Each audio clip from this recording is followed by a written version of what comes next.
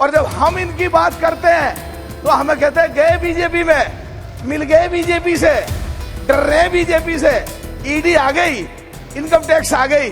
अरे आज तक तो आई नहीं, कभी पता नहीं कब आएगी। हाँ, तुम्हारी सरकार के समय पे जरूर ऐसे अधिक। कई लोग कहते हैं कि जम्मू कश्मीर का आते मलूक नागर खड़ा होता है और गुजरों की बात करता है, तो उन लोगों को जम्मू कश्मीर की भौगोलिक संरचना और जातीय संरचना जाननी पड़ेगी।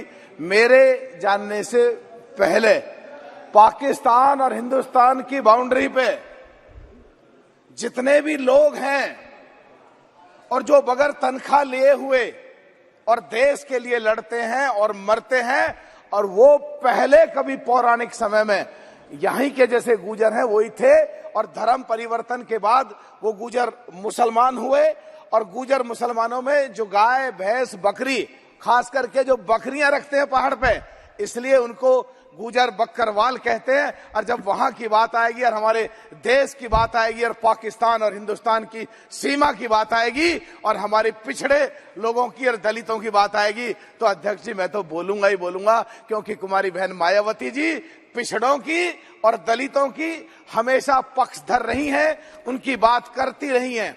जो मैं अभी सदन में बैठा हूं, काफी देर से जो देख रहा हूं और सुन रहा हूं, अभी भी लोग कंफ्यूज हैं। माननीय सुप्रीम कोर्ट का ऑर्डर आने के बाद भी अभी भी 370 की बात कर रहे हैं, कुछ की कुछ कमी निकाल रहे हैं। अरे भाई सीधा सीधा बताओ, मान लिया है, जूम कर लो कि कल को तुम्हारे हाथ में पावर आ जाए तो क्या 370 तुम दोबारा लगाओगे? है हिम्मत?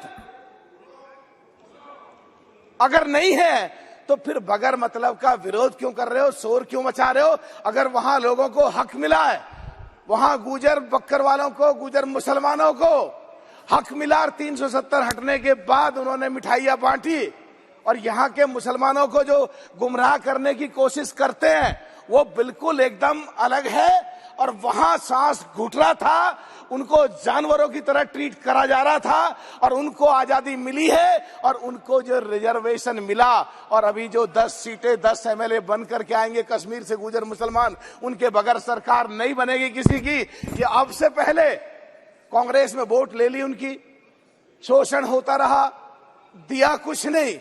हमारे मसूदी साहब बैठे हैं नेशनल कॉन्फ्रेंस, 3 पीढ़ियों ने रिश्तेदारियां तो कर ली उनसे, और उनको देने के नाम पे कुछ नहीं। अगर आज मिल रहा है, अरे खुल के कहो, अच्छी बात है देश के लिए, अच्छी बात है गुजर मुसलमानों के लिए, अच्छी बात है गुजर बक्कर वालों के लिए। आज का जो बिल है अध्यक्ष जी, जो महिलाओं से संबंधित है, 2004 से और 2014 तक कांग्रेस की सरकार रही। मैं कांग्रेसियों को जानता हूं, विधायक रहा हूं कांग्रेस में, एक समय में हम सगे 3 भाई ICC मेंबर थे, बढ़िया जानता हूं, हमारे साथी बैठे हैं। 2004 से 2014 तक कांग्रेस की सरकार रही। खूब आवाज उठी हमारी पार्टी ने, कुमारी बहन मायावती जी ने उस समय महिलाओं के लिए आरक्षण की बात रखी, पिछड़ों के लिए, और वो बिल पेंडिंग पड़ गया, कांग्रेस के कार्यकाल में पास नहीं हुआ। तो जब वो सरकार तो चली और वो बिल पास नहीं हुआ, तो कांग्रेस ये बताए साफ साफ कि उस समय जान के इन्होंने बिल पास नहीं कराया, या आज जब इनके नेता, बड़े नेता, शीर्ष नेता आकर के पिछड़ों की बात करते हैं, तो उन्हें पहले जाकर के पीछे भी देखना चाहिए कि 2004 से 2014 के बीच में जो था वो क्या था। एक बात करते हैं आजकल जो अभी लग रही है, आज भी टेलीविजन में चली है, कि पूरी भारत सरकार में पिछड़े 3 लोग चला रहे, 3 लोग हैं बस पिछड़े।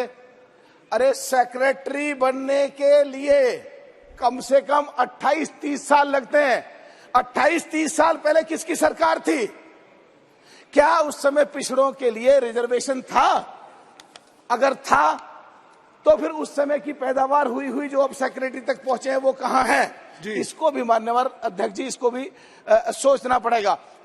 एक बात और कहकर के मैं अपनी बात को पूरी की तरफ करूंगा, बस जल्दी मत कर देना, आपका चेहरा देखते ही डर लगने लगा मेरा कटने वाला। भाषण आधा तो भूल जाता हूं अध्यक्ष जी जब आप सामने दिखते हैं। तो मैं कहना चाह रहा हूं कि वहां जो वहां के जम्मू कश्मीर के लोग हैं, ये हमारे नेशनल कॉन्फ्रेंस के 3 पीढ़ियों रिश्तेदारी कर ली, क्या कभी किसी प्लेटफार्म पे आके कि क्या कभी देश की संसद में आके वहां के गुजर मुसलमानों के, गुजर बकरवालों के बारे में क्या कभी इन्होंने संसद में कोई मांग रखी है?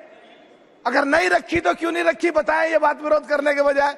और आज अगर देश के प्रधानमंत्री कहीं जाते हैं, देश के गृह मंत्री संसद में खड़े होकर बोलते हैं ठीक गुजरों के बारे में, गुजर बकरवालों के बारे में, तो दिक्कत होती है। और जब हम इनकी बात करते हैं तो हमें कहते हैं गए बीजेपी में, मिल गए बीजेपी से, डर रहे बीजेपी से, ईडी आ गई, इनकम टैक्स आ गई।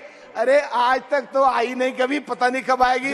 हाँ, तुम्हारी सरकार के समय पे जरूर ऐसे अधिक संपत्ति के केस तुम लोगों ने लगाए थे और पार्टी। अध्यक्ष जी खत्म कर रहा हूँ बस, प्लीज खत्म कर दीजिए तुरंत। हाँ, तो पहले जरूर लगे हैं इस तरह के केस। मायावती बहन कुमारी मायावती किसी से डरती नहीं है, लेकिन एक बात पक्की है, कुमारी बहन मायावती हमेशा समाप्त कीजिए, पिछड़ों के लिए, दलितों के लिए आगे आती रही है। और देश उनको सबसे पहले दिखता है और देश के लोग सबसे पहले दिखते हैं। और जहां भी पिछड़ों की बात आती है, जहां भी दलितों की बात आती है, आगे हमेशा आगे बढ़ करके हमेशा पिछड़ों के लिए खड़े रहते हैं।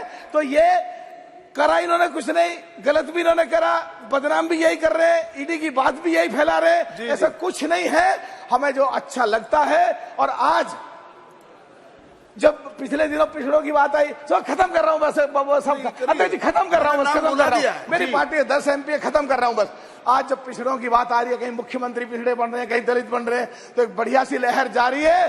तो आज तो मजबूरी है अब सबकी, पिछड़ों की बात करनी ही पड़ेगी। और इनका हक भी बैठता है, और इनको जो पिछले दिनों 68-70 साल में नहीं मिला, इनका हक मिलना चाहिए। एक बात कह के मैं अपनी समापन करूंगा अध्यक्ष जी। एक मैं मांग करता हूं आपके माध्यम से सरकार से कि पाकिस्तान और हिंदुस्तान की बाउंड्री पे जो बगैर तनख्वाह के लोग लड़ाइयां लड़ते हैं उग्रवादियों से भी और वहां की फौज से भी, तो उनके लिए और उनके लेडीज के लिए, उनकी लड़कियों के लिए, बहनों के लिए, बेटियों के लिए पाकिस्तान और हिंदुस्तान की बाउंड्री से नजदीकी एरिया पे उनके लिए एक यूनिवर्सिटी बनाई जाए, उनके लिए कॉलेज बनाया जाए और एक SEZ बनाया जाए, जहां वहां लोगों को रोजगार और लोगों को नौकरियां मिल सके। बहुत बहुत धन्यवाद।